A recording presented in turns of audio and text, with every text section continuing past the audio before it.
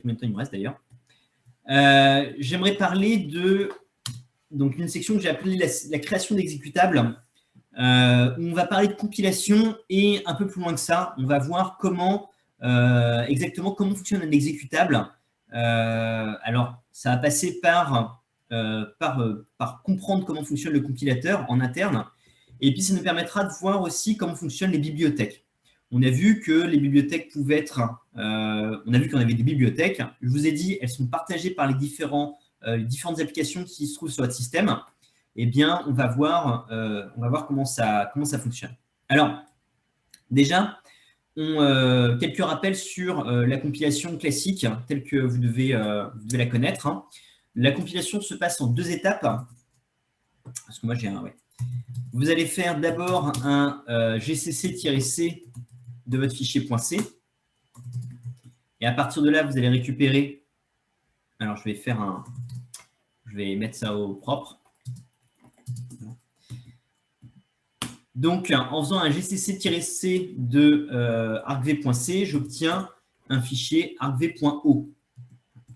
Cette opération, eh bien, c'est vraiment la compilation en elle-même. C'est-à-dire que le "-c" indique à gcc… Alors, petite parenthèse, gcc, pour ceux qui ne savent pas, c'est votre compilateur. C'est une commande qui permet de transformer des fichiers C en fichiers, ce qu'on appelle les fichiers objets. On va voir un peu plus après, un peu après ce que c'est un fichier objet.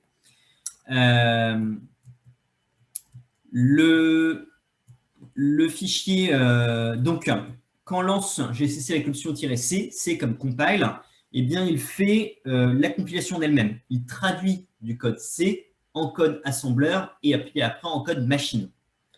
Et ensuite, eh bien, dans cette… ouais. Et ensuite, eh bien, vous allez avoir une deuxième opération qui va s'appeler l'édition de lien. Donc, dans l'édition de lien, eh bien, cette fois, on appelle gcc sans l'option -c. Et du coup, eh bien, il va prendre tous les fichiers objets ensemble et il va en faire un programme, aussi appelé une binaire finale. Donc, c'est ce qui va se passer ici. Je vais faire un truc. Hop. Et… donc là, c'est ce que je vais faire. Je vais faire un gcc argv.o. Voilà. Et je vais aussi lui donner le nom du fichier de sortie. Donc, O comme output. Voilà. Et du coup, là, je vais obtenir un fichier argv qui est mon programme final. Si je ne spécifie pas le "-o, eh bien, ce sera un fichier qui s'appelle a.out, ce qui n'est pas très explicite. Et enfin, eh bien, on obtient notre programme final. Je vous rappelle, c'est un programme qui nous affiche les arguments qu'on lui passe en paramètres. Alors, il est aussi possible, enfin certains d'entre vous ont peut-être déjà utilisé gcc sans l'option -c, et puis ça s'est très bien passé. Eh bien, gcc, si vous lui passez en paramètre des fichiers .c et que vous lui dites de faire l'édition de lien, il va faire les 2 opérations en une seule de manière transparente. Donc, il va faire vos fichiers .c, il va les transformer en fichiers objets, il va les garder en mémoire, il va faire ça avec tous les fichiers .c, puis après, il va faire l'édition de lien, donc il va mettre tous les fichiers .o ensemble. Mais si on veut, comment dire, c'est un mode automatique. Si on veut bien découper les étapes, hein, en interne, il va faire ça. Il va d'abord faire une opération où il va faire la compilation d'elle-même et après l'édition de lien. Alors, donc, ce qui va nous intéresser, ça ne va pas être la compilation. La compilation, je laisse ça au cours de compilation. Ça va vraiment être l'édition de lien et ce qui va se passer derrière. Alors, comme on va le voir après, le format des fichiers manipulés par le compilateur, les fichiers binaires, eh bien, c'est un fichier au format ELF. C'est un format avec grosso modo une série de sections et de tables. Et chacune des sections seront chargées en mémoire, ou en tout cas, vont avoir des flags. Donc, si on prend un outil comme OBJDump, c'est un outil qui permet d'avoir des informations de debug sur un fichier objet. Eh bien, on peut faire un OBJDump sur argv. Alors, il nous demande il faut qu'on lui dise quoi faire. Donc, ici, je vais lui demander de dumper en fait l'ensemble des sections de mon fichier objet. Et -h. Alors, vous remarquez au passage que très souvent, dans nos commandes, -h, ça veut dire help. Eh bien, dans OBJDump, ce n'est pas le cas. Donc là, on peut voir eh bien, l'ensemble des tables, l'ensemble des sections en fait, qui se trouvent dans mon fichier objet argv. Et donc, on peut voir qu'il y en a pas mal. On peut se poser la question de à quelle table correspond le code machine en lui-même, quoi, le vrai truc qui va être exécuté par le CPU. Eh bien, c'est cette section qui s'appelle .text. Grosso modo, la section .text, c'est celle qui vous intéresse, c'est celle qui contient l'assembleur, c'est celle voilà, qui contient le dur. Mais on va voir tout de suite que, eh bien, il n'y a pas que, il y a d'autres, les autres sections ont leur utilité. On ne va pas toutes les faire hein, parce qu'il y en a trop, mais elles ont des utilités administratives. On va le voir par la suite. Alors, on peut voir que chacune de ces sections est associée. Alors, il y a la taille, voilà. Et puis, on a un certain nombre de flags. Donc là, par exemple, on peut voir que il y a du contenu dans cette section, voilà, comme la plupart des sections. Elle doit être allouée dans la mémoire quand on charge le programme. Elle doit être recopiée vers la mémoire quand on charge le programme. Elle est accessible seulement en lecture seule, c'est-à-dire qu'une fois qu'elle sera chargée en mémoire, si le programme tente de la modifier, c'est une erreur. Et c'est une erreur que vous connaissez, c'est une erreur de segmentation fault. Et enfin, elle contient du code. Mais vous pouvez voir qu'il y a d'autres sections qui contiennent, au lieu de contenir du code, contiennent de la data. Par exemple, c'est le cas de la section .herodata. Herodata comme read-only data. Eh bien, c'est dans cette section-là, eh bien, on va avoir toutes les chaînes de caractères que vous exécutez, enfin que vous mettez dans votre code. Si on regarde argv.c, on avait ici une chaîne de caractères programme, pourcentage %f, etc. Ça, c'est une chaîne de caractères. C'est techniquement, quand votre compilateur va le compiler, lui, il va compiler effectivement l'appel à printf, mais ça n'est pas du code machine, ce n'est pas des instructions. Donc, il va les mettre, il va dire, OK, c'est de la data, il va mettre ça dans une section particulière, et en plus, c'est de la data qui n'a pas de raison d'être modifiée. Et donc, elle est read-only. Donc, il va le mettre dans la section herodata. Et avec OBJDump, on peut s'amuser à dumper une section, donc à dire, bah, est-ce que tu peux me donner tout le contenu de la section herodata en tiret... Je cherche le S. Voilà. Et du coup, vous pouvez voir que dans la section herodata, eh bien, il n'y a pas beaucoup d'octets, elle n'est pas très grosse, hein, elle fait tout à fait elle fait exactement 0x26 octets. Et vous voyez qu'il y a effectivement nos chaînes de caractères. Voilà. On a programme machin égale argument, et puis on avait cette chaîne de caractères-là, hein, qui correspondait très exactement à ça. Voilà. Vous remarquez qu'à la fin, il y a un backslash n qui se représente avec un point, et puis le backslash 0. Mais c'est vraiment ça. Donc, on peut voir qu'on a herodata. On peut voir qu'on a d'autres sections qui vont contenir de la data et qui ne sont pas read-only. Donc, typiquement, la section data, qui va contenir toutes nos variables globales. Dès que vous définissez une variable globale, eh bien, elle se retrouve dans .data. Et puis, on peut voir aussi des sections qui vont être allouées, mais qui ne contiennent pas de contenu. Eh bien, ce sont les variables globales, mais qui doivent être initialisées à 0. On s'est dit que c'était un cas tellement courant que ça ne servait à rien de recopier ces zéros dans le fichier. Donc, dans ce cas-là, on va demander à l'OS, au moment où on exécute le programme, d'allouer cette section en mémoire RAM, mais on va lui dire, ça ne correspond à rien dans le fichier. Donc, ce n'est pas la peine il n'y a pas de contenu, il ne faut pas les charger. Et puis, on peut trouver des sections, eh bien, où on va demander à l'OS de ne pas les allouer. Elles sont là, elles sont dans le fichier, mais on ne les copie pas en mémoire au moment où on va vouloir exécuter ce programme. Et typiquement, là, c'est la section comment. Mais effectivement, c'est un commentaire un commentaire qui a sûrement été rajouté par le compilateur. On peut voir la tête qu'il a. Et du coup, ça ne sert absolument à rien de le mettre en mémoire. Voilà. On va pouvoir reparler de ces différentes sections. Alors, blablabla. Donc, les outils qu'on va... alors, on a fait un objdump sur argv, on aurait très bien pu le faire sur le fichier objet argv.o. H. Le fichier objet intermédiaire, c'est aussi un format ELF, donc on peut aussi exécuter objdump dessus. Vous remarquez qu'il y a juste beaucoup moins de sections. Ici, on a comment dire, le format qu'on a là, enfin le fichier qu'on a entre les mains, c'est vraiment ce que le compilateur a sorti du fichier .c. Donc on trouve on trouve les instructions assembleurs, les données initialisées à 0, les données en lecture seule, un commentaire, un deuxième commentaire, et puis, bon, ça c'est un peu compliqué, quoi. Voilà. Mais grosso modo, que des choses qu'on connaît, enfin, des choses assez simples.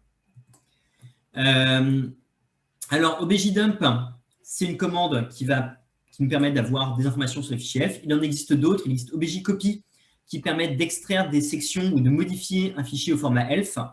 Objcopy, c'est très souvent utilisé quand vous fabriquez des firmware. Vous avez, et aujourd'hui, si vous travaillez sur un microcontrôleur, très souvent, vous allez compiler avec GCC. GCC va vous sortir un fichier ELF. GCC ne sait faire que ça. Et c'est après objcopy qui va transformer votre fichier ELF en format qui va être compréhensible par votre SONGTag ou en format que vous allez pouvoir écrire effectivement dans la mémoire, dans la flash de votre microcontrôleur et sur lequel vous allez effectivement pouvoir booter. Donc, très souvent, cette étape-là correspond plus ou moins à récupérer la section .text, à la mettre à l'offset 0 de votre fichier d'arrivée, et puis après de concaténer avec les segments de .data, .eurodata, etc., etc. Très souvent, votre microcontrôleur, il ne demande pas grand-chose, il demande à ce que le fichier que vous lui envoyez commence par du code, grosso modo. Et après, vous flashez l'offset 0, et puis ça se passe plus ou moins bien. Alors, c'est un peu, il y a quelques subtilités, parce qu'il y a effectivement une table de vecteurs d'interruption qui très souvent doit être à un endroit particulier, etc. Mais voilà, vous pouvez tout à fait gérer ça avec objdump. Alors, je ne rentre pas dans les détails, mais vous avez la possibilité de dire telle structure va se trouver dans telle section, et après, telle section va se trouver au début ou à la fin, ou des choses comme ça. Donc, il y a tout un tas de… il existe d'autres outils que vous pourrez croiser sur Internet, comme readelf ou nm. Sachez que objdump contient quasiment toutes leurs fonctionnalités. Donc, si un jour vous avez besoin de rentrer dans le dur du sujet et puis de trafiquer des fichiers ELF, très souvent, vous avez besoin que de objdump et objcopy. Le reste, ça peut être, comment dire, on peut les apprécier, mais normalement, ils n'apportent rien de plus. Voilà. Sachez aussi que quand vous avez un debugger, votre debugger travaille avec des fichiers ELF. Si vous avez déjà débugué un microcontrôleur, eh bien, vous avez sûrement fait du pas à pas dans votre IDE et puis des choses comme ça. Sachez que derrière ce pas à pas, vous avez eu un fichier au format ELF qui a été compilé. Et c'est ce fichier-là qui est utilisé dans le debugger. On va y revenir un peu plus tard. Alors, je ne rentre pas dans les détails des options de compilation parce que j'ai malheureusement pas le temps. Mais voilà, quoi. Si on va en parler quand même un minimum. Lors de la compilation, donc vous utilisez l'option "-c". Lors de la compilation, votre compilo vérifie la signature des fonctions et va vérifier le typage. Donc, c'est typiquement à ce moment-là qu'il va vous dire hey, vous appelez la fonction printf sans argument alors qu'il devrait y avoir 3 arguments. Ou bien vous appelez la fonction foo avec un pointeur sur telle structure alors que ça devrait être un pointeur vers telle structure, etc. etc. Comment il connaît les signatures des différentes fonctions? Eh bien, c'est parce qu'il les récupère dans les fichiers header, dans les fichiers .h, les fichiers qui sont en dièse include. Et ils sont nécessaires pour cette phase.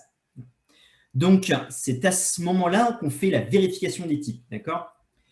Au passage, c'est à ce moment-là que vous utilisez l'option "-i" majuscule qui permet de spécifier des chemins supplémentaires ou chercher des fichiers header. Par défaut, c'est seulement /usr/include. Ouais. C'est aussi à cet endroit, durant cette phase-là, que vous allez utiliser éventuellement les dièse define pour dire, tiens, je veux définir tel macro ou tel macro. Je ne rentre pas dans le détail. ensuite, eh bien, au moment où vous faites cette compilation, quand vous appelez la fonction, enfin, votre compilo ne fait que transformer votre code C en code machine. Quand vous faites un appel à printf, eh bien, la fonction printf n'existe pas dans votre fichier objet. La fonction printf, elle est ailleurs, elle est dans une bibliothèque. Ou alors, la fonction foo est peut-être dans un autre fichier objet. Donc, vous ne l'avez pas. Vous avez pu vérifier son type, mais vous ne savez pas où est-ce qu'elle est stockée en mémoire. Ça veut dire quoi concrètement? Ça veut dire que votre compilo, quand il doit appeler une fonction qui est contenue dans le fichier objet, bah, ce n'est pas très dur. Il va faire un jump de un offset, enfin 0x50, enfin un certain offset dans le fichier. Donc on fait un jump de 50 octets vers l'avant et hop, on tombe vers la fonction en question. Quand il doit faire des jumps vers des fonctions qui ne sont pas dans le fichier objet, ben, il ne sait pas de combien il doit faire l'offset. Donc ce qu'il va faire, c'est qu'il va remplacer eh bien, ces informations par des zéros et il va rajouter une entrée dans une table qu'on appelle la table des relocations, enfin une table de relocation. Et voilà. Donc, si on prend OBJDump, notre outil fétiche, OBJDump, donc si on regarde notre fichier argv.c, donc argv.c, eh bien, voilà, il y a juste une fonction main. Si je regarde avec OBJDump la table des relocations, eh bien, il va me dire que il manque des pointeurs vers la fonction printf.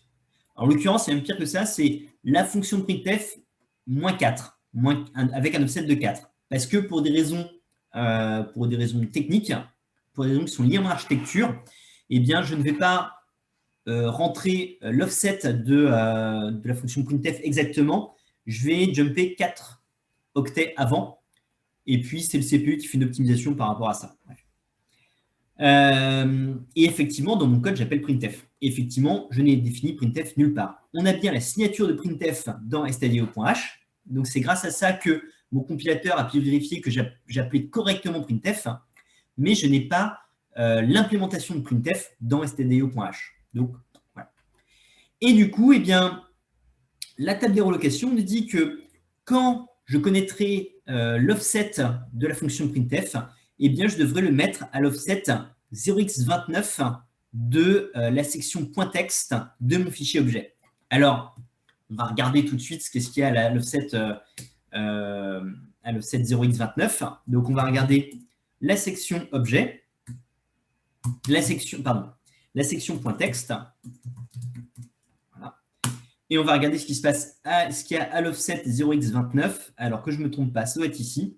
Voilà. Et donc, on voit qu'effectivement, eh bien, à cet endroit-là, il a mis que des zéros. Alors, plutôt que dumper en hexadécimal, je vais plutôt demander à OBJDump de dumper en assembleur. OBJDump est tout à fait capable d'interpréter eh bien, tout le code machine qui se trouve là pour le transformer en assembleur. Donc là, on a eh bien, le code assembleur de notre fonction main. Elle est bien dans la section .text. Et puis, on peut voir qu'à l'offset 0x29, alors ici, on a l'offset 0x28. À l'offset 0x28, on a la mnémonique de l'appel à une fonction. Et à l'offset 0x29, on a l'offset de la fonction qu'on doit appeler. Donc là, eh bien, on a bien plein de zéros. Et c'est tout vide. Si on refait, donc, alors, au passage, à l'option "-d", on aurait pu le faire directement. Bref, on n'était pas obligé de spécifier la section qu'il allait désassembler.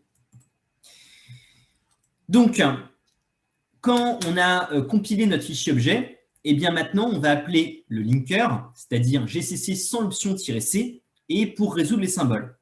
Ce que va faire le linker, c'est qu'il va, grosso modo, concaténer tous les fichiers objets qu'on lui a envoyés sur la ligne de commande. Il va les mettre tous en mémoire à la queue leu. Alors, pas tout à fait. En réalité, il va prendre, pour chacun des fichiers objets, il va prendre la section texte, il va concaténer toutes les sections texte. Ensuite, il va prendre les sections .aerodata, il va concaténer toutes les sections .aerodata. Ensuite, il va prendre la section .data, il va concaténer toutes les sections .data, etc., etc. Et une fois qu'il a fait ça, eh bien, il connaît maintenant les offsets de toutes les fonctions de notre programme. Donc, il va prendre chaque entrée de la table des relocations, de la relocation table, et il va dire, ah oui, la fonction printf, ok. Eh bien, la fonction printf, maintenant, dans mon code, eh bien, elle est à tel endroit enfin, elle est à tel offset dans la mémoire. Donc, je sais que, eh bien, je fais un petit calcul et je sais qu'à l'offset 0x29 de telle section de tel fichier, eh bien, je dois écrire telle valeur. Et effectivement, si maintenant on regarde, on refait la même opération, donc on désassemble on désassemble cette fois la binaire finale, eh bien, on va obtenir quasiment le même code. On a toujours notre fonction main ici. Vous remarquez que notre fonction main, entre celle-là et celle-là, c'est la même. La seule différence qu'on a, c'est que à l'endroit où on devait appeler printf, eh bien, on a bien cette fois une véritable valeur. Donc, voilà, on sait exactement où est-ce qu'il faut faire un jump. Là, en l'occurrence, on peut même remarquer que c'est un jump dans le négatif, c'est-à-dire qu'on va faire on saute en arrière. Voilà. C'est une valeur qui commence par FFF. Alors, c'est de Little Indian, etc. Donc, c'est un jump qui n'est pas très loin en arrière.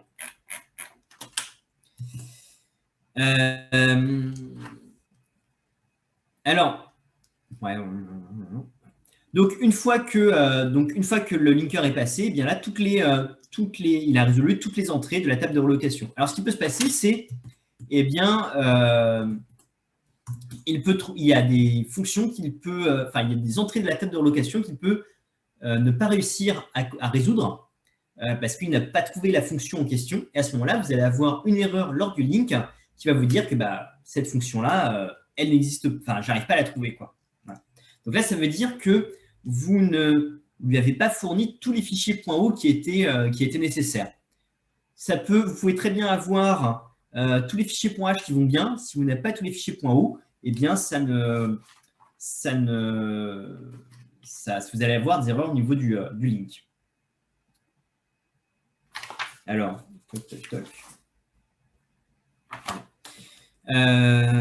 qu'est-ce qu'il y a d'autre encore à rajouter là-dessus? Eh bien, c'est à peu près tout.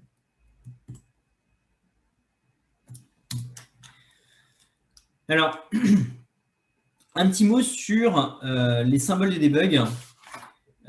Lorsque vous compilez avec l'option "-g", eh bien, votre compilateur va rajouter une section contenant ce qu'on appelle les symboles de debug. Donc, on va le faire tout de suite. On va faire tout à l'heure, j'ai fait un gcc, gcc-c de argv.c, et puis on va rajouter "-g". Et là, maintenant, si je fais un obj dump de argv.o, eh bien, obj dump -h, alors décidément, voilà. Eh bien, on peut remarquer, voilà, j'ai un peu plus de choses que j'avais tout à l'heure. Eh bien, j'ai en plus des sections qu'on a pu voir, eh bien, j'ai des sections qui commencent par .debug ici. Vous remarquez que toutes ces sections, aucune de ces sections n'a le flag alloc. Donc, ça veut dire qu'elles ne seront pas chargées par votre système d'exploitation lorsque vous allez exécuter le programme argv. Elles vont être simplement, elles sont là pour le compilo. Donc, le compilo, effectivement, va être, pour le debugger. Le debugger, lorsqu'il va charger lorsque vous allez lui donner le programme que vous souhaitez débugger, eh bien, lui, il va lire ces sections-là. Et ça va lui apporter des choses. Autre point intéressant, quand vous exécutez votre code sur un microcontrôleur, vous ne mettez pas ces sections de debug sur la flash. Les sections debug sont là dans le fichier elf, elles sont nécessaires pour le compilo, et c'est tout. Alors, est-ce que ça a marché?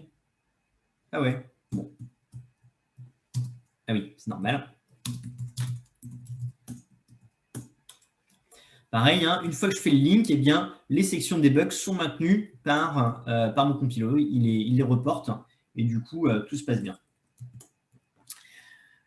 Donc, que contiennent les symboles de debug? Eh bien, grosso modo, au moment où votre compilateur génère le code assembleur, pour chaque offset du code machine, Donc, c'est-à-dire pour chaque offset que vous avez là, eh bien, il va donc pour l'offset 0, 1, 4, 8, B, F, 13, etc., etc., etc., eh bien, votre compilateur rajoute une entrée dans les symboles de debug. Et grosso modo, il va dire, eh bien, l'offset numéro 13 de cet offset-là, quoi, eh bien, ça correspond au fichier argv.c, ligne numéro 45. Donc, grâce à ces informations-là, eh bien, votre débugger, lorsque vous faites du pas à pas ou lorsque vous êtes arrêté, eh bien, il va regarder la valeur du registre IP, c'est-à-dire le pointeur d'instruction, le registre du CPU qui contient le pointeur d'instruction.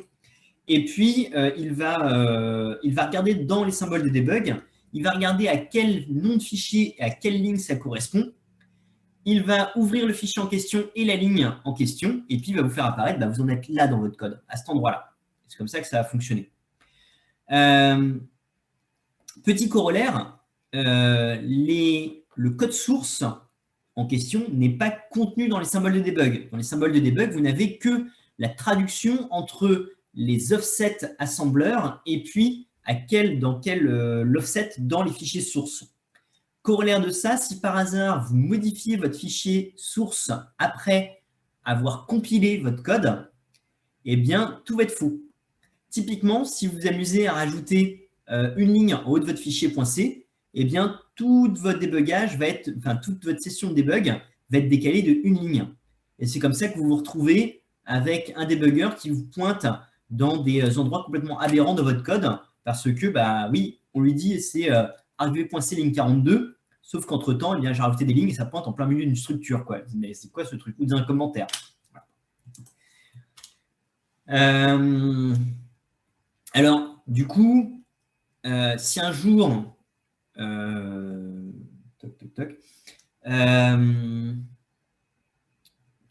bien. Alors, si vous vous intéressez au format des symboles de debug, donc principalement c'est de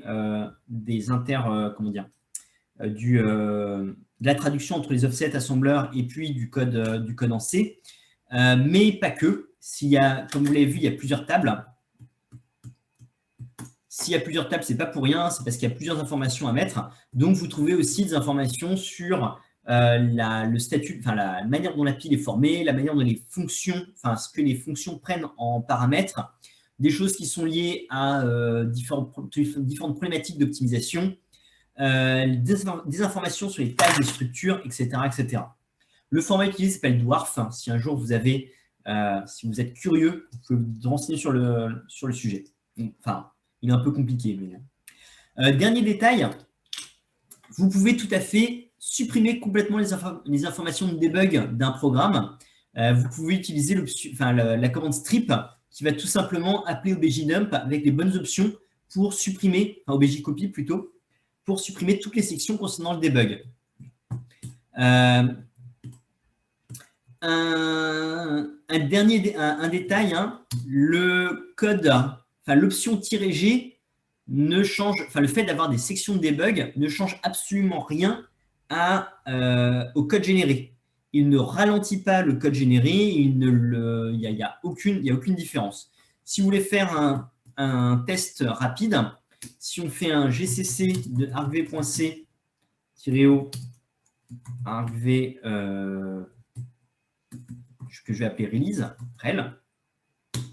Je fais la même chose avec l'option "-g et je vais l'appeler dbg. Voilà. Si on regarde la taille de fichier, évidemment, le fichier dbg est plus gros. Alors, mon programme est tout petit, alors du coup, il n'est pas beaucoup plus gros, n'empêche qu'il est plus gros. Voilà.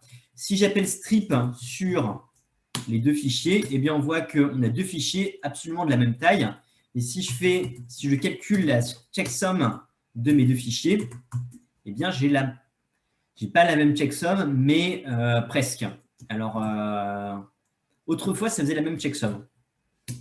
Alors, je soupçonne qu'il y ait un timestamp quelque part qui change un peu la somme MD5, mais Si vous voulez comparer le code machine généré, c'est exactement le même.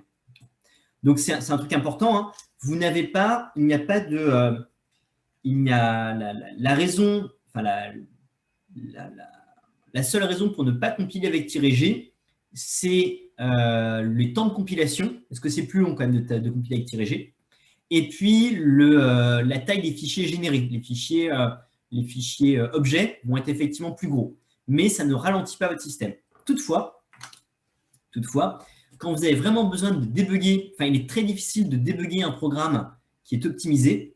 Donc, très souvent, avec l'option -G, eh bien, on va aussi passer l'option -O0 pour dire à pour demander à notre compilateur de ne pas optimiser notre code. Et ça, par contre, va avoir effectivement un impact sur les performances de votre code. Voilà. Et c'est vrai que très souvent, eh bien, quand on compile avec -G, on compile aussi avec -O0 pour simplifier le debug. Alors, les gens qui font, enfin, si un jour vous faites un firmware ou vous faites un code qui doit aller en production, eh bien, les gens sérieux, ce qu'ils font, c'est que alors, quand je dis les gens sérieux, ça peut être tout bêtement, simplement quand vous faites une application Android ou des trucs comme ça, hein, ça peut être aussi bête que ça. Vous compilez systématiquement votre code avec l'option -G, donc -G mais en optimisant. Vous récupérez une binaire avec les options debug, vous mettez cette binaire de côté avec, vous en faites un backup, vous strippez cette binaire, donc vous retirez toutes les options de debug, et c'est cette binaire strippée que vous allez envoyer à vos clients, aux personnes qui vont exécuter. Et vous, de votre côté, eh bien, vous faites une copie de la binaire non strippée, donc avec les symboles de debug, ainsi que l'ensemble des sources qui ont été nécessaires pour compiler ce programme. Donc, ça veut dire que si par hasard, et après, par la suite, eh bien, si un programme ne se comporte pas correctement, il est facile de faire des dumps mémoire du programme qui se comporte mal. Ça s'appelle un core dump. Un core dump, c'est vraiment un dump mémoire. Vous pouvez récupérer un core dump. Les débuggers sont tout à fait capables de charger un core dump, de l'associer avec un programme, et du coup, à partir de là, eh bien, il va savoir que, OK, on avait la mémoire qui était dans tel état, on avait le pointeur d'instruction qui pointait à tel endroit, on avait notre pile qui correspondait à ça, et du coup, eh bien, en utilisant les symboles de debug qu'on m'a fournis, eh bien, je suis capable de dire exactement quel était l'état du programme au moment où il y a eu un problème. Et puis, quel était l'état de la pile et quel était l'état de l'intégralité des variables globales de votre système. Alors, générer un core dump, c'est pas très compliqué, ça se fait. Vous avez des options dans Linux pour le faire. Typiquement, vous pouvez le faire en code, hein, mais si vous faites un unlimited, voilà. Voilà. Si on a par exemple un fichier, enfin, si on exécute fd, est-ce que ça va fonctionner? C'est pas ça. Ah oui, j'avais oublié cette affaire. Je vais faire une manip un peu particulière. Hein.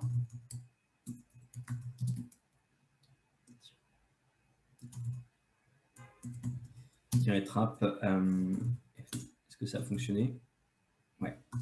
Typiquement, vous voyez ici, il m'a dit qu'il avait créé un core dump. Et du coup, on peut voir qu'il y a bien un fichier qui s'appelle core. Et effectivement, eh bien, on peut voir ce fichier core, eh bien, on peut tout à fait l'envoyer vers un debugger pour qu'il retrouve l'état de la mémoire. Le fichier core en question, hein, c'est pas très compliqué, il s'agit tout simplement d'un fichier elf. Sauf que dans ce fichier elf, on a différentes sections particulières avec l'état des registres, etc. Et puis l'ensemble des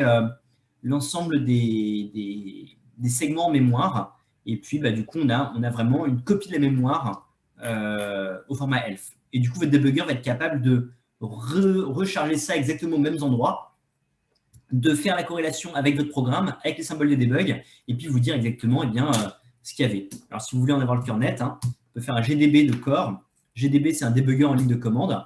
Et vous voyez que… Alors, non, ça n'a pas marché. GDB, je crois que j'ai une commande qui s'appelle core. Voilà. Et vous voyez, ce n'était pas forcément une bonne idée. Tout à l'heure, quand j'avais compilé fd.c, eh bien, je n'avais pas mis les symboles du debug. On peut recommencer mon opération. Voilà, cette fois, je l'ai compilé avec les symboles de debug. Je peux faire exactement la même opération. Tac. Ah bah zut. Ah, j'ai un… Alors, comment ça se fait que ce soit… Ah, bah j'ai machin, etc. J'ai oublié quelque chose. Bref. Donc, normalement, ça fonctionne. Là, ça ne fonctionne pas, mais c'est un peu surprenant. Ça m'ennuie un peu.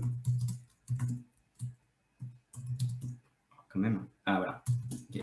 Donc là, on peut voir effectivement… Donc, tout à l'heure, normalement, il est censé automatiquement récupérer le programme, mais ça n'a pas l'air d'être le cas. Donc, je lui ai dit explicitement d'où ça venait.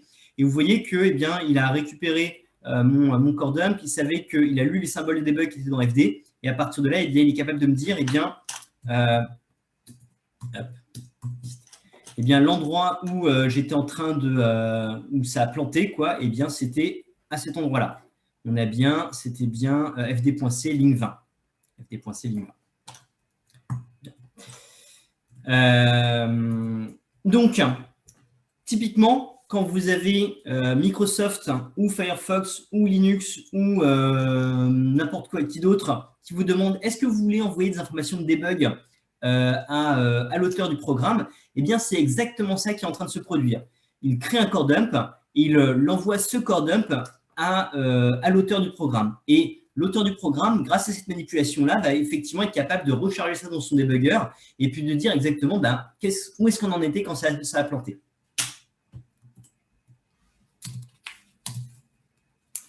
Je passe là-dessus. Alors, il est quelle heure? Ouais, super, presque être à l'heure. Alors, lorsqu'on compile, lorsqu'on va vouloir compiler ou déployer un programme, afin de simplifier les choses, on a la possibilité d'empacter plusieurs fichiers objets dans une bibliothèque. Alors, on va avoir deux types de bibliothèques. On va commencer par les bibliothèques statiques, c'est-à-dire ce sont des fichiers .a, A comme archive. Les fichiers .a sont tout bêtement une archive de fichiers objets. En fait, c'est une archive qui est tellement simple qu'ils sont quasiment concaténés et c'est tout. Quand vous utilisez une bibliothèque statique, à ce moment-là, ça ne change absolument rien à la procédure de link.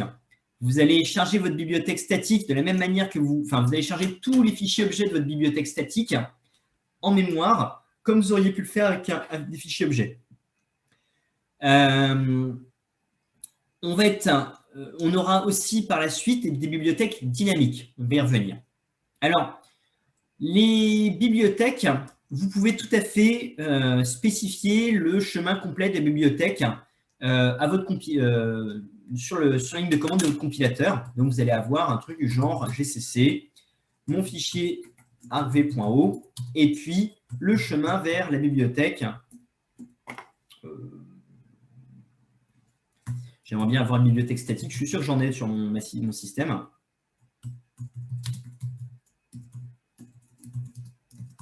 Alors, ça me permet de voir une commande intéressante. La commande find permet de faire des recherches dans un répertoire avec plusieurs critères. Donc là, typiquement, eh bien, je vais avoir, si on voulait compiler fd.o avec cette bibliothèque. Alors, elle ne me plaît pas, celle-là me plaît. On pourrait tout à fait faire ça, hein, ça fonctionne très bien. Sauf que ça n'est pas forcément ultra pratique de trouver, d'avoir le chemin complet de la bibliothèque. Donc, il existe une option pour dire au compilateur de compiler, de linker avec une bibliothèque sans spécifier le chemin complet et de dire au compilateur, eh bien, tu débrouilles pour la trouver, tu cherches dans les chemins normaux. C'est une bibliothèque qui existe sur le système Et du coup, eh bien, elle doit se trouver dans l'endroit habituel, c'est-à-dire /lib/usrlib. Et cette syntaxe, eh bien, c'est -l et le nom de la bibliothèque sans le préfixe lib et sans le suffixe .a. Ça fonctionne exactement pareil. Alors, ça fait partie de la syntaxe un peu qu'on a hérité de l'ancien temps pour utiliser les bibliothèques. Hein. C'est un peu, comment dire, on n'imagine pas qu'avec cette syntaxe-là, eh bien, il va aller chercher un fichier qui s'appelle libusban.a. Est-ce que ça va fonctionner, ça va faire? Alors, c'est pas dit. Ah bon, on n'a pas de fichier fd.o. Ah, c'est argv. Voilà. Ah ouais, je l'ai appelé. Hein. Donc là, il a linké avec cette bibliothèque. J'en ai pas l'utilité. Donc, il n'a tout simplement pas fait grand-chose, mais n'empêche que ça a marché. Alors, évidemment, la syntaxe-L fonctionne que si la bibliothèque que vous cherchez se trouve dans les chemins standards de votre système. Si votre bibliothèque ne se trouve pas dans les chemins standards, vous avez une option pour rechercher dans les chemins supplémentaires, c'est l'option -L majuscule. C'est l'équivalent de -I majuscule, mais sauf que c'est pour les bibliothèques et pas pour les headers. Par défaut, votre compilateur va chercher des bibliothèques dynamiques, c'est-à-dire des fichiers qui se terminent par .so. Et d'ailleurs, c'est ce qu'il a dû faire. A priori, là, il a plutôt linké avec le fichier libusban.so, avec ce fichier-là, qui est la bibliothèque dynamique, et pas avec le fichier .a. Il est possible de demander au AGCC d'utiliser les bibliothèques statiques avec l'option -statique. Ça a fonctionné. Enfin, il n'y a, je n'ai pas envie de dire qu'il n'y a pas de raison de linker statiquement, mais il y en a peu. Généralement, on va plutôt préférer les bibliothèques dynamiques en termes d'utilisation des ressources de votre système. C'est quand même beaucoup mieux. Alors, lorsqu'il va, je vous ai dit que votre linker, eh bien, allait concaténer tous les fichiers objets qu'on lui avait passés sur la ligne de commande, et puis les mettre les uns à côté des autres, les uns derrière les autres en mémoire. Toutefois, il est possible, en réalité, il va suivre une recette qui est contenue dans un script qui se trouve, il y a des scripts qui se trouvent dans l'usr lib ld script ld je ne l'ai pas.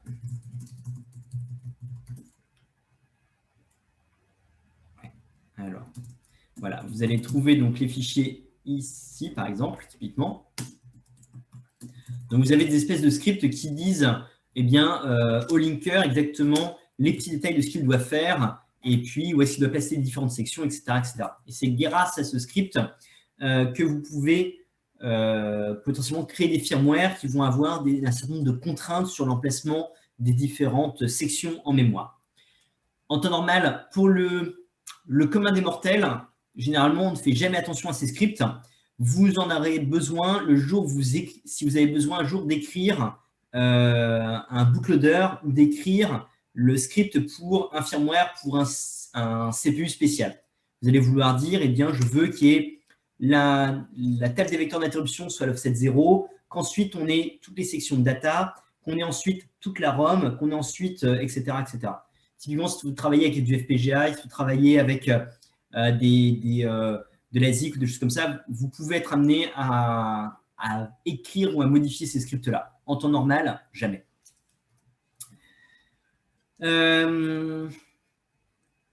Donc, OK. On va... Alors, grâce aux bibliothèques, on va pouvoir factoriser du code. Donc, avec les bibliothèques statiques, ça permet d'avoir typiquement plusieurs équipes qui vont travailler sur des sujets différents. Et puis après, ça va être plus facile d'intégrer le code d'une autre équipe. Mais ça va être moins bien que les bibliothèques dynamiques. Alors, les bibliothèques dynamiques vont avoir plusieurs avantages. Le premier, c'est que vous n'allez charger qu'un seul exemplaire de la bibliothèque pour tout le système. La bibliothèque dynamique va être partagé au moment du runtime. Donc, si vous avez par exemple la fonction printf, ah oui, c'est ça que je voulais dire. La fonction printf est fournie par une bibliothèque qui s'appelle la libc. Quasiment tous les programmes de mon système utilisent la fonction printf, utilisent la libc. Eh bien, et puis j'ai, si je fais un ps-elf, donc si je liste tous les process, on voit que j'ai actuellement 313 programmes qui tournent sur mon système.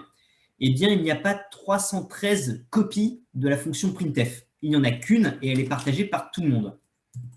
Alors, exactement comment elle est partagée, eh bien, il y a notre affaire de MMU et notre affaire de partage de contexte de mémoire, etc., etc. On y reviendra l'année prochaine. Autre point important des bibliothèques dynamiques, c'est ça permet de simplifier la mise à jour de la bibliothèque et en particulier les mises à jour de sécurité. Imaginez que vous trouvez un bug dans la fonction printf ou encore pire, vous trouvez une faille de sécurité dans printf. Eh bien, si vous n'utilisez que des bibliothèques statiques, eh bien, vous êtes obligé de recompiler tous les programmes qui utilisent printf et de redistribuer tous les programmes qui utilisent printf. Grâce aux bibliothèques dynamiques, vous n'allez recompiler que la libc, que la bibliothèque qui contient printf, et vous allez mettre à jour seulement cette bibliothèque. Et ensuite, vous allez simplement redémarrer les programmes qui utilisent cette bibliothèque. Alors, dans la vraie vie, on a tendance à redémarrer tout le système, mais en réalité, on a besoin de redémarrer que les applications qui l'utilisaient. Et voilà, vous avez corrigé votre faille de sécurité ou vous avez corrigé votre bug. Aujourd'hui, enfin bref. Et enfin, ça va permettre de faciliter la redistribution des programmes. Vous n'avez besoin de... vous allez redistribuer que des programmes plus simples parce que vous n'intégrez pas toutes les bibliothèques dont elles dépendent à l'intérieur. Alors, sachez qu'aujourd'hui, il existe d'énormes débats sur cette philosophie. Typiquement, si vous avez de l'Android, eh bien, une application vient avec toutes ses dépendances. Alors, ce sont des dépendances Java, mais ça reste des dépendances quand même. Vous n'avez jamais de paquet Android qui dépendent d'un autre paquet Android, enfin, d'une autre application Android. Non, quand vous installez une application Android, vous installez intégralement tout ce dont elle a besoin. Si vous avez deux applications Android qui utilisent le même framework, eh bien, vous avez une copie du framework. Voilà. Sur un système Linux, eh bien, au contraire, on va être très pointilleux là-dessus. C'est pour ça que vous avez, quand vous installez un paquet, très souvent, vous installez des tonnes de dépendances derrière parce qu'au contraire, on va avoir tendance à faire des petits morceaux faciles à maintenir avec des équipes de maintenance réduites et qui vont se focaliser sur, eh bien, moi, je fais la bibliothèque libxml qui ne fait que partie de l'XML. Aujourd'hui, ça se perd. On a, des frameworks typiquement comme du Node.js ou des choses comme ça qui ont tendance à, quand vous tirez une application, eh bien, vous tirez systématiquement toutes les dépendances qui se trouvent derrière. Les gens qui soutiennent cette cause disent que oui, mais comme ça, on a la garantie de ne pas avoir de rupture d'API. C'est-à-dire qu'on a testé avec une certaine version de bibliothèque, on sait qu'elle fonctionne. Si par hasard, quelqu'un met à jour la bibliothèque derrière, ben peut-être que ça entraînera des bugs que le développeur original n'avait pas, quoi. Oui, certes, mais normalement, si on fait ces bibliothèques correctement, on est censé avoir une API rétrocompatible et on ne devrait pas avoir de problème de ce type-là. Ou alors, c'est ce qu'on appelle un bug. Bref. Donc, alors, je ne sais pas si ça sent dans mon discours, hein, moi je suis plutôt partisan de d'avoir des bibliothèques dynamiques et de factoriser les choses au maximum, mais ne soyez pas surpris si vous entendez d'autres sons de cloche. Petit détail, vous avez pu remarquer que lorsque j'ai compilé argv, typiquement argv.o, eh bien, je n'ai pas dit que j'allais linker avec la bibliothèque qui fournissait printf. Et alors, il s'agit, en fait, pourquoi? Eh bien, printf, donc, je vous rappelle, hein, mon programme en question, il utilise printf, et pourtant, je n'ai pas dit où se trouvait la fonction printf. Eh bien, par défaut, mon compilateur automatiquement inclut ce qu'on appelle la libc, c'est-à-dire cette bibliothèque, dans sa ligne de commande. Je peux lui dire de ne pas le faire. no stdlib. Voilà. Et à ce moment-là, je vais avoir une vraie erreur sur undefined reference to printf. Et à ce moment-là, je peux lui dire non, on va linker avec la bibliothèque -c. J'ai encore un warning, mais cette fois, j'ai dit explicitement que j'allais linker avec cette bibliothèque. Donc, ce que je veux dire par là, c'est que par défaut, eh bien, GCC inclut systématiquement -lc, donc le link avec la libc. Donc, c'est la raison pour laquelle il n'y avait pas d'erreur. Et c'est la raison pour laquelle, généralement, quand vous compilez, quand vous faites des programmes simples, vous n'avez pas besoin de spécifier que vous linkez avec la libc.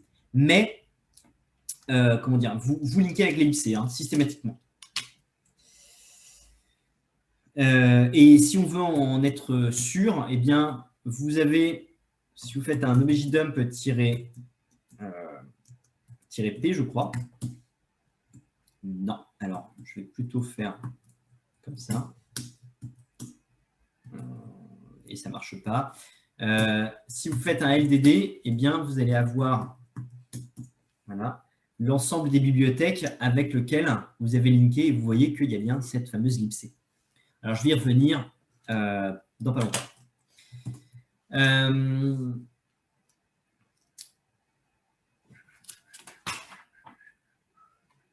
Ouais. Donc, les bibliothèques dynamiques vont avoir tout un tas d'intérêts. Alors, comment ça a fonctionné une bibliothèque dynamique? Eh bien, dans les bibliothèques statiques, enfin dans les fichiers objets, on savait où se trouvaient les offsets des différentes fonctions dans notre bibliothèque. Et bien là, c'est pareil, sauf qu'on va être obligé de les mettre dans une section particulière qui s'appelle dinsim et qui va contenir l'ensemble des symboles fournis par la bibliothèque et l'offset où se trouvent les différents symboles. Ça va être absolument indispensable parce que notre programme va en avoir besoin pour savoir où se trouve en mémoire notre fonction printf. Donc, lorsqu'on va vouloir fabriquer une bibliothèque dynamique, on va la linker avec l'option -shared pour indiquer que, grosso modo, le compilateur doit fabriquer cette table d'insim et puis 2-3 détails, genre il n'y a pas de fonction main, des choses comme ça. Donc, si on regarde si on fait un objdump -h sur notre bibliothèque, la libc, eh bien, on va voir que, alors, il y a plein de warnings, plein de choses, mais on va voir qu'effectivement, on a des symboles, enfin, on a des sections qui s'appellent dinsim, et puis on a d'autres sections comme dinstr, dynamique, etc. Toutes ces sections-là sont là pour eh bien, indiquer à quel offset se trouvent les différentes fonctions exportées par la bibliothèque. Alors, côté exécutable, eh bien, au moment où on a linké notre exécutable, eh bien, il y avait des fonctions dont on ne connaissait pas l'offset exact en mémoire. Ça va être toutes les fonctions qui vont être en bibliothèque dynamique. La bibliothèque dynamique va être chargée en mémoire au runtime, et du coup, à la compilation, on ne sait pas exactement où ça sera placé. Donc, eh bien, on va garder, on ne peut pas intégralement résoudre tous les symboles. Alors, ce qu'on va faire, c'est que quand on voit qu'un symbole eh bien, se trouve dans une bibliothèque dynamique, on sait que ça se trouve dans une bibliothèque dynamique parce qu'on l'a spécifié sur la ligne de commande. On a mis un -L, voilà, on a dit qu'il y avait une bibliothèque. Donc, lui, il sait que, OK, le symbole printf, je le cherche, c'est dans une bibliothèque dynamique. À ce moment-là, eh bien, il va utiliser une table d'indirection qu'on appelle la GOT, la Global Offset Table, pour les symboles qui se trouvent dans des bibliothèques. Donc, ça veut dire que le linker, donc cette GOT va, quand il va être chargé, quand votre programme va être chargé, eh bien, elle va être remplie de 0. Et quand les bibliothèques vont se charger, eh bien, on va regarder l'offset où se trouve la bibliothèque printf en mémoire et on va reporter cet offset dans la GOT. Ensuite, au niveau de l'appel à la fonction printf, eh bien, il faudra, l'appel ne va pas se faire simplement avec un jump en mémoire, un jump relatif en mémoire. Il faudra faire une opération pour aller lire eh bien, dans la GOT pour connaître exactement l'adresse de la fonction printf en mémoire et faire un saut vers cette fonction printf. Donc, il va falloir que il va falloir gérer cette indirection.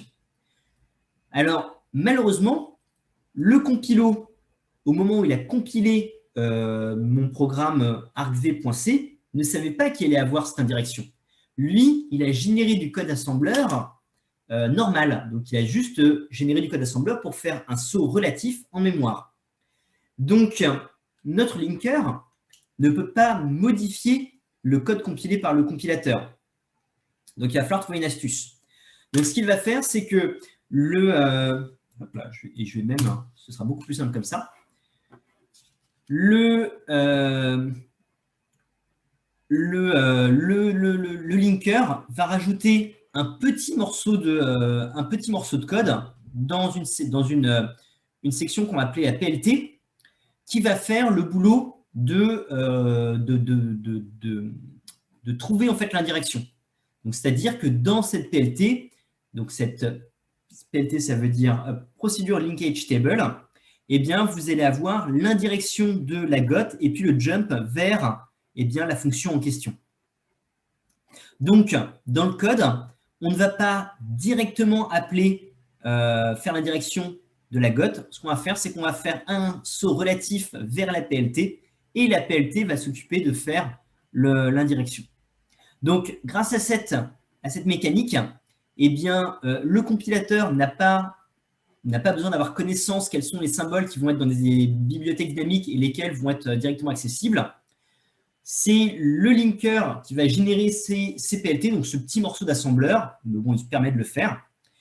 Et c'est lors du runtime, eh bien, au runtime, on va charger le programme. Ensuite, on va charger toutes les bibliothèques. Dans chacune des bibliothèques, eh bien, on va voir l'offset de chacune des fonctions et on va remplir la GOT avec toutes les adresses nécessaires. Tout va être bon et après, on va démarrer le programme proprement dit et là, on va pouvoir s'exécuter sans problème.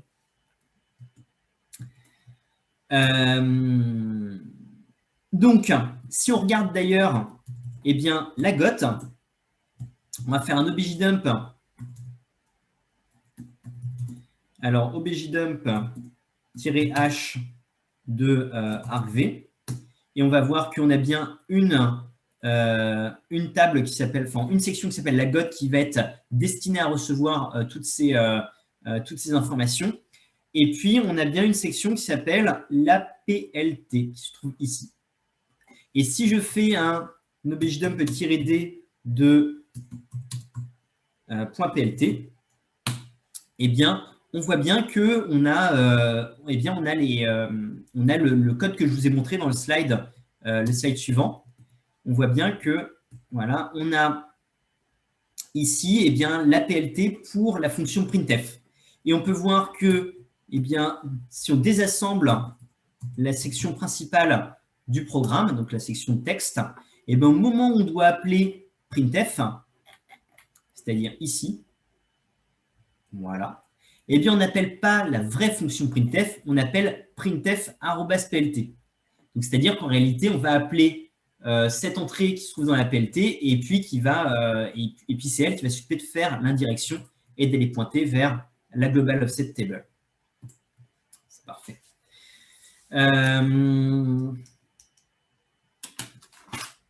Alors, donc, plus précisément, comment ça va se passer à l'exécution? On va faire quelques petites optimisations sur ce que je viens de dire, histoire d'aller un peu plus vite. Donc, déjà d'un point de vue complètement système, en réalité, au début, on a un interpréteur qui est appelé. L'interpréteur, c'est /lib/ld.so. Et c'est, comment dire, c'est cet interpréteur qui va s'occuper de d'aller charger les bibliothèques en mémoire et éventuellement résoudre les symboles qu'il y a besoin de résoudre. Pourquoi on fait comme ça? Eh bien parce que comme ça, on divise le boulot en deux. Le système d'exploitation lui-même ne va faire que charger le programme en mémoire. Ensuite, il va charger l'interpréteur. Et il va laisser l'interpréteur faire l'opération qui est très délicate d'aller chercher les différentes bibliothèques. Potentiellement, il y a plein de petits détails sur le chargement des bibliothèques. On préfère si on peut externaliser des choses du noyau, on préfère les externaliser. Bien. Donc, notre LD.so va lire différentes sections de notre programme, donc dynamique STR.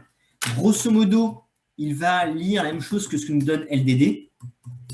Donc, le programme LDD nous montre toutes les bibliothèques avec lesquelles on a linké. Tout à l'heure, j'avais un -L USAN. Ça, c'était pas mal. Voilà. Ça ne marche pas. Bon. Donc, là, on voit que on a… Donc, ça va être le loader. Je l'avais sur un… Bref. J'avais un readelf. Non, j'avais un objdump-a, je crois. Non, je ne le retrouve plus. Bref. Donc, on a notre loader. Et notre loader, eh bien, c'est qu'il doit trouver libc.so.6. Et d'après le…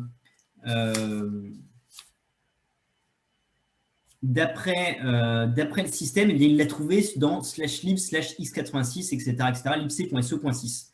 Donc là, notre loader, automatiquement, va aller parcourir les chemins où il y a potentiellement des bibliothèques à la recherche de libc.so.6. Et puis, il va aussi avoir besoin de cette petite bibliothèque. Donc, il va… Ouais. Donc, donc, ça va être le loader qui va s'occuper de faire ça. Et ensuite, il va remplir la gote, non pas avec les vraies adresses des fonctions, mais il va remplir la gote avec une adresse particulière qui va permettre, avec l'adresse 0, grosso modo. Et du coup, l'objectif de ça, c'est de repousser l'appel, la résolution des symboles. Effectivement, la résolution des symboles, ça peut être un processus long. Donc, ce qu'on va faire, c'est que on met une fausse adresse. Cette adresse, en fait, elle va pointer juste derrière le code qu'on a exécuté, le code de la PLT. Et lors du premier appel à cette fonction-là, eh bien, ce qu'on va faire, c'est que donc notre code va appeler printf.arobase.plt. Printf, ce petit morceau de PLT va faire l'indirection de la gote et finalement va tomber juste derrière. Sur cette ligne-là, on va préparer, on va indiquer quelle est la fonction que l'on recherchait. Donc, on va dire, moi, ce sera la fonction printf. Et ensuite, on appelle une procédure générique qui appelle un résolveur, qui appelle le résolveur lui-même, qui lui va faire toute la partie compliquée, c'est-à-dire aller dans la table des symboles de notre bibliothèque, et puis aller chercher l'offset de la fonction printf, et puis remplir la gote avec, et après l'appeler. Donc, cette opération-là n'est faite que la première fois, et après, une fois qu'elle est faite, eh bien, on se retrouve dans cette situation-là, où là, tous les appels de fonctions suivants eh bien, seront seront faits directement sans passer par le résolveur. Donc, l'objectif de ça, c'est ce qu'on appelle du lazy resolving. L'objectif, c'est juste d'avoir des programmes qui démarrent plus vite. Et c'est la raison pour laquelle, eh bien, quand on regarde la section .plt, eh bien, on pouvait voir que, exactement ce que je vous disais là, on a effectivement ici un jump vers la fonction printf, mais derrière, on a quelques lignes d'assembleur qui correspondent effectivement à ce que je viens de vous dire, c'est-à-dire la préparation du résolveur et puis ce qui va bien. Alors, évidemment, comme beaucoup de choses, c'est possible de désactiver ce comportement-là. Hein. Il y a une variable d'environnement pour ça. Voilà.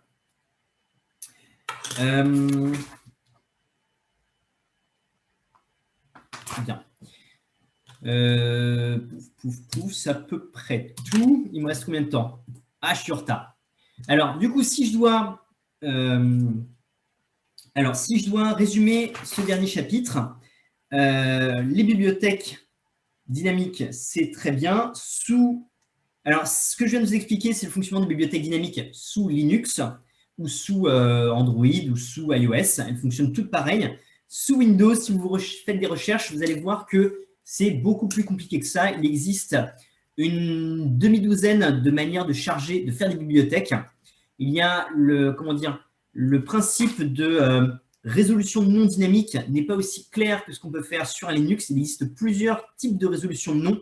Vous avez, sous Windows, vous avez ce qu'on appelle de la relocation dynamique, ce qui est, de la relocation, ouais, c'est ça, dynamique, ce qui est un mécanisme un peu, ce qui correspond grosso modo à exécuter le linker au runtime. Au moment où vous exécutez le programme, eh bien, il va aller patcher la mémoire avec les adresses de vos bibliothèques, ce qui pose un certain nombre de problèmes, en particulier sur de sécurité, lors du partage de la mémoire, etc. Mais bon, avec un peu de chance, vous n'aurez jamais besoin de faire du développement sous Windows. Et un dernier point, donc, sur un système Linux, eh bien, si par hasard, on regarde, si vous avez besoin de développer avec une bibliothèque, eh bien, vous trouverez un paquet typiquement genre libxml, libxml2. Voilà. Si on regarde ce qu'il y a à l'intérieur de libxml2, est-ce que ça a fonctionné mon affaire? Voilà, dpkg.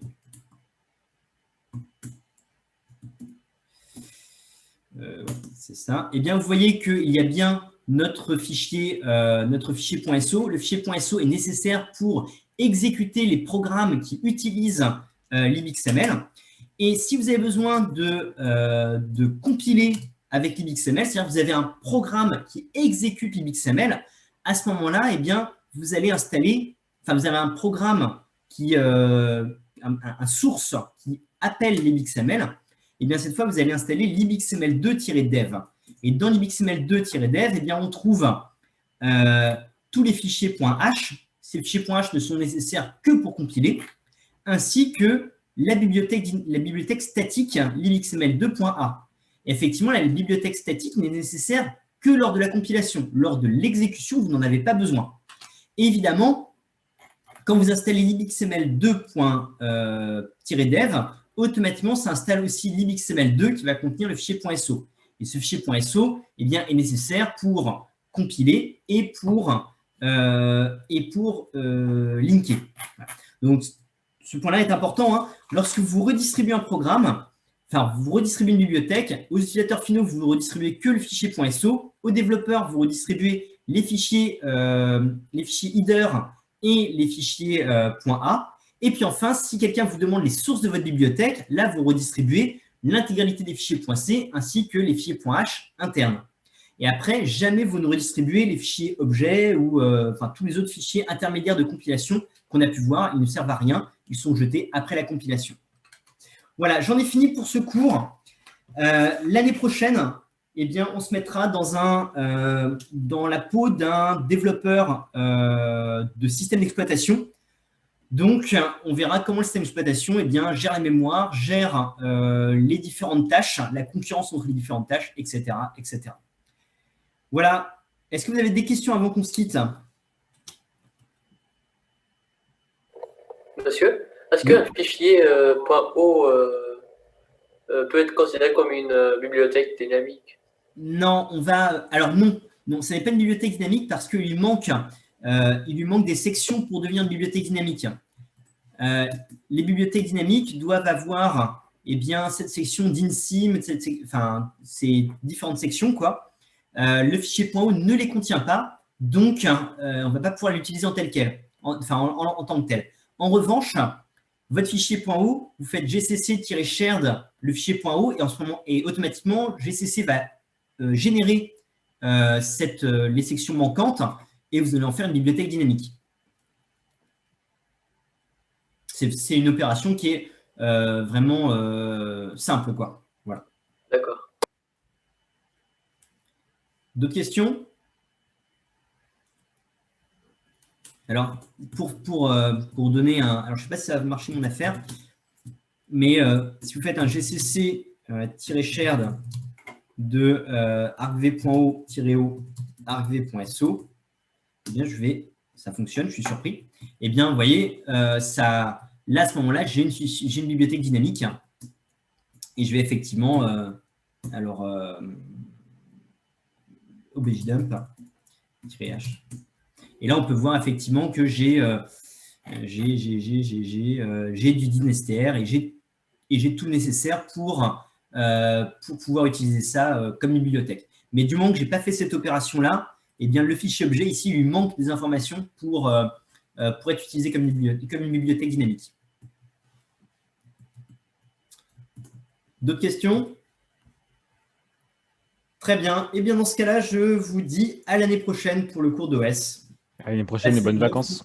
Voilà, bonnes vacances à vous aussi. Au revoir, merci. Merci, au revoir. Merci beaucoup. Merci. Au revoir.